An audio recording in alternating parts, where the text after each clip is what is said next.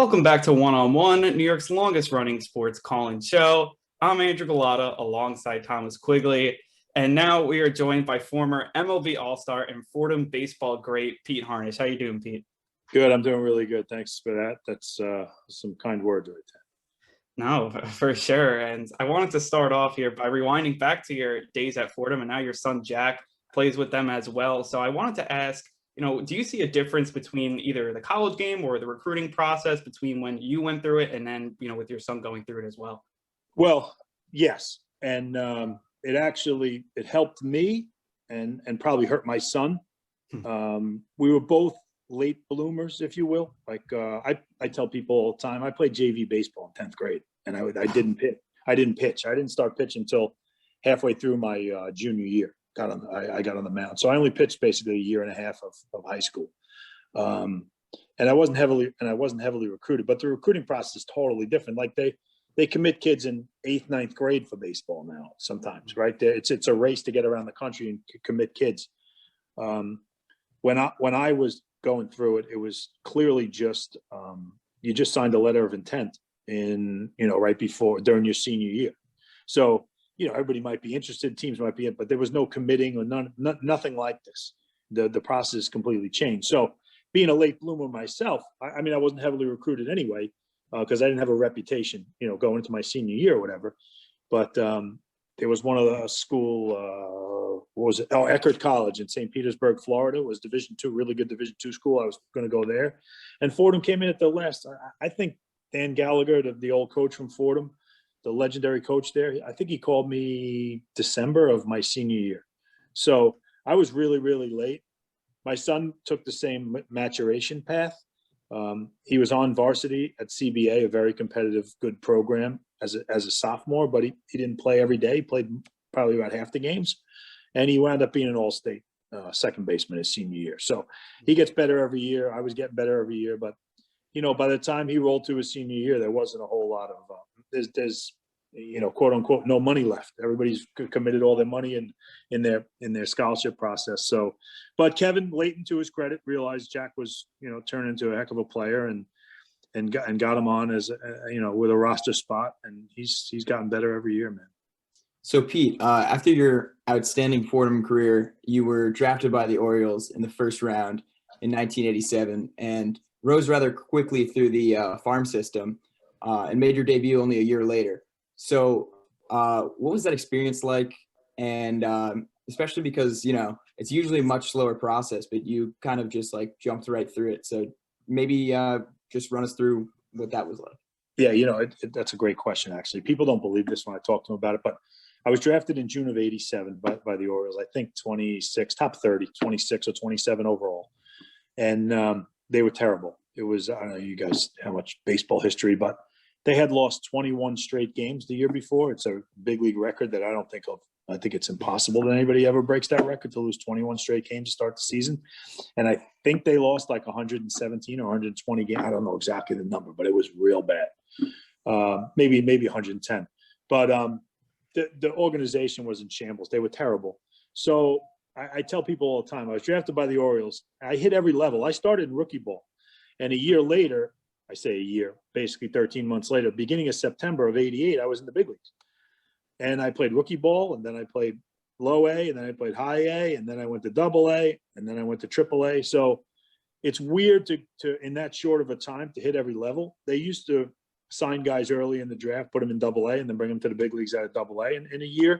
But to hit every level was kind of insane. But to the Orioles' credit, if you went to a level and you pitched well, you went to the next level. And if you pitched well there, you went to the next level. You climbed the ladder as fast as you could, and I pitched really well. I had a really, really good minor league career, albeit a short one.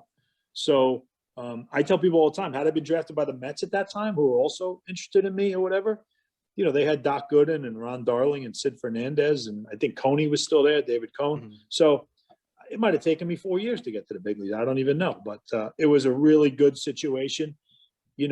I fell into it, and I worked my butt off and got through the system really quick. And kind of going off that, obviously, because you went through so quickly, you went to the big leagues when you're, so young, only at 21. Did that take you a longer time, that learning curve between the minors and the big league? Did it take you longer to kind of adjust? I don't think I really ever learned much, to be honest with you guys. I was a thrower, man. I was a really competitive guy. I'm gonna get on the mound. I'm coming at you as hard as I can. Fastball, breaking ball. I threw a split finger back then too that I learned in college. So I was a real aggressive. It wasn't like, I mean, obviously you learn tendencies of hitters the more, but it doesn't matter if you make it to the big leagues at 25 or 21. You still have to go through that process, you know. But it was rough, man. I was wild. I was nervous. I put a lot of pressure on myself when I was young. I walked way too many people. Frank Robinson, the legendary baseball player, won the Triple Crown, Hall of Famer, passed away like a year ago. He was my first manager in Baltimore, and I used to drive that guy bananas. He would be walking up and down the dugout, screaming, throwing his hands up every time. I go up there and walk the first two guys, weasel my way out of it, get a big strikeout, pop up, whatever it was. I was a master of putting myself in trouble and getting myself out of it, but that was rough on the manager and the coaching staff, which I didn't realize at the time. But I had a lot of 5-inning, 98-pitch outings, with 6 walks and 6 strikeouts. So that was part of my maturation process. But I wouldn't give it up, or I'm glad it happened. So, I mean, over your career, you had plenty of accolades, from being an all-star to starting on opening day and even throwing an immaculate inning. But what do you think, opinion, is your most dearest accomplishment on the field? That's a tough one, man. I never got to the postseason. I was in one playoff game. We tied the Mets. I was with the Reds, and we tied the Mets, and we had to play an extra game, a playoff game just to get in. I wasn't able to pitch. I had to pitch the day before. So as far as that goes, I mean, big leagues up there. The immaculate inning is funny because I didn't even know I did it until I got to the dugout. My buddy walked out to me, Jimmy Jones, ex-right-handed pitcher, and he's like, "Dude, you just struck out the side on 9 pitches." I'm like, "No, I didn't know that." Because there was some foul balls in there. I'm not counting. I'm just pitching. So that was really cool. It's a really cool thing to do because it's pretty rare. It doesn't happen often. It happens now more in baseball because the game is so bad that guys don't care about striking out. But when I pitch, guys, they'd strike out. They didn't want to strike out twice. And if they struck out twice, they would do anything they could to put the ball in play because you got a hat trick. It was like embarrassing. Now it's like a badge of honor in the game. It's a joke the way guys strike out and just don't care. So it was a different game then. It was tough to strike people out. But I still would go back to beating Georgia, the first game of the regional, my junior year of college, number 3 or number 4 in the country. Going down there, guys were joking I was going to get lit up. We're going to get killed, blah, blah, blah. And we were good. We had a really good team. We had a good team my freshman year. But by the time we got to be juniors, we were real good. We only missed the College World Series by 1 game.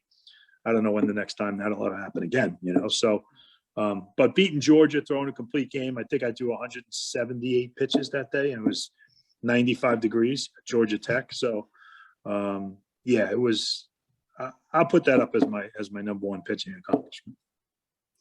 And we just talked about, obviously you made an all-star game, and in that season, that 1991 season with the Astros, I read that you had a 2.22 ERA at the all-star break, but only a 5-7 record. And I'm a big Mets fan, so I experienced that firsthand with Jacob deGrom. Yeah. And I always wonder, what's that mentality when you feel like you're dealing and you feel like you're pitching amazing and the wins aren't coming? I feel like some people think it's frustrating. Some people it's like, you do what you can do and you can't control the other stuff. So I was wondering if, what was your mentality when you're going through that?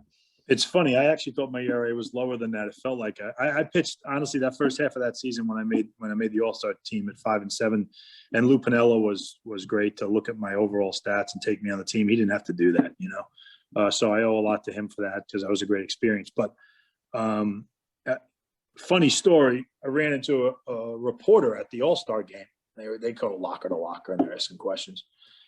And it was a woman, and she said to me, "Do you know that you've pitched 6 games in the first half of the season that the final score was 1-0?" And I'm like, "No." She says, "Yeah, you're 2-2-2, which means I won 2 1-0 shutouts.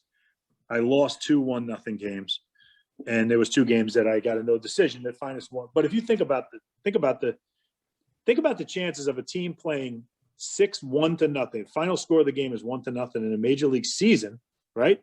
Let alone it being a half a season, let alone it being the same pitcher that started all those games. Like, I was always in it was a tough place to hit, which helped me, but it also hurt. run production. We were a young team. We had Jeff Bagwell, Luis Gonzalez, Craig Biggio, Ken Caminiti, bunch of young, really good players, Scott Service in Houston then, but everybody was coming into their own. They were all getting into the big leagues in their first, second year in the big leagues. So learning on the job. Our offense was not great.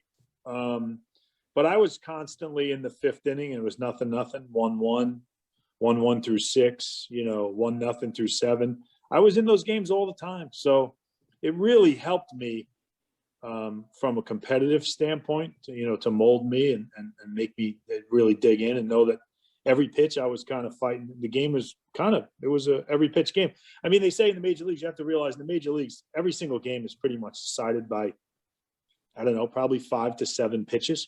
You don't know when they are or what inning they're coming or whatever they are, but it could be second inning, bases loaded of a 0-0 game, and the guy hangs a breaking ball, the guy hits it off the wall, it's 3-0, the game's over. That's the game's decided on 6 to 8 pitches. So basically I was kind of in that mode all the time. My games were going to be decided on just about every time I threw the ball. So like I said, from a competitive aspect, I think it really helped me.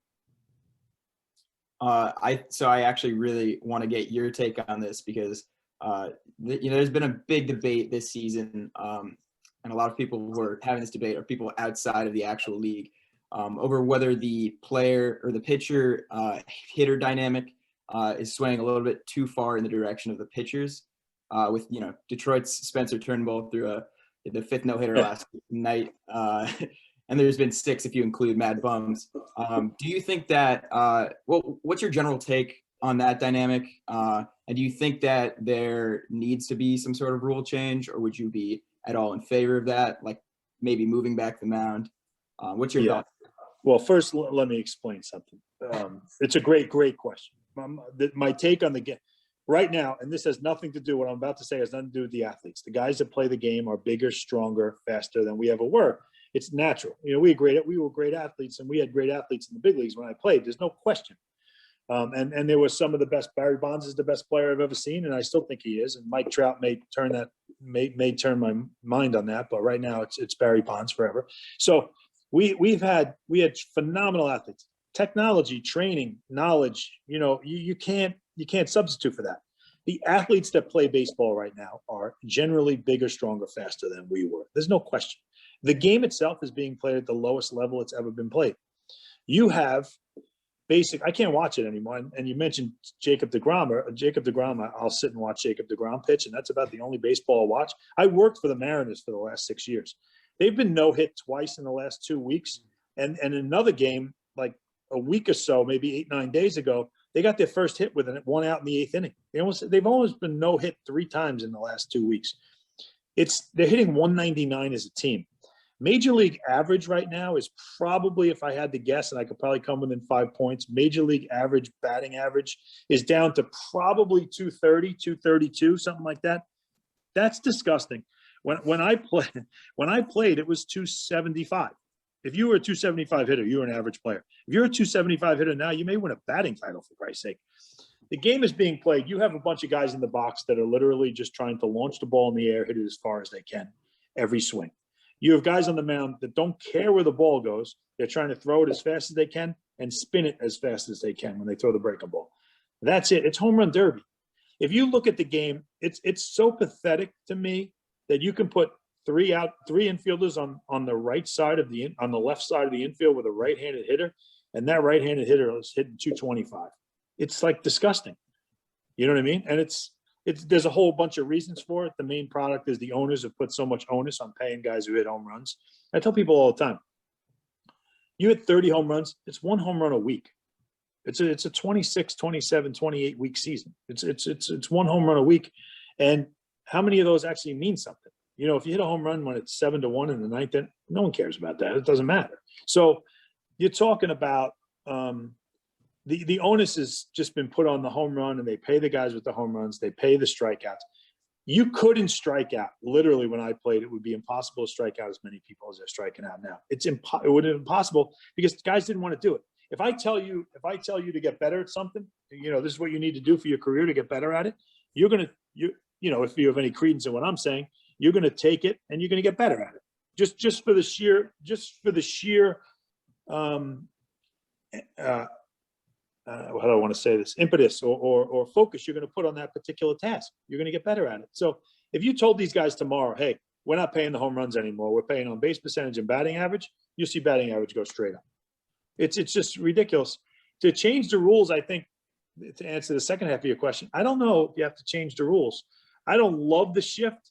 I thought it was bull when I first was dealing with it, because I worked until this year. I worked the last 11 years in professional baseball as a special assistant with the Angels and the Mariners. So I've been a lot of minor league stuff. I've done a lot of big league stuff over the last 10, 11 years. I know you need to change the rules, but you could change the shift if you could learn how to, with 2 strikes, hit a 4-hopper the other way. They wouldn't be able to shift on you anymore. So it's really just stupidity amongst hitters is why the game is being played at such a low level. An MLB All-Star, Fordham baseball great, Pete Harnisch, thank you for joining us and giving us some of your insights, Pete. Yeah, no problem. Well, nice to see you guys. Good luck. Sure. We'll be right back on 101, New York's longest running sports call-in show.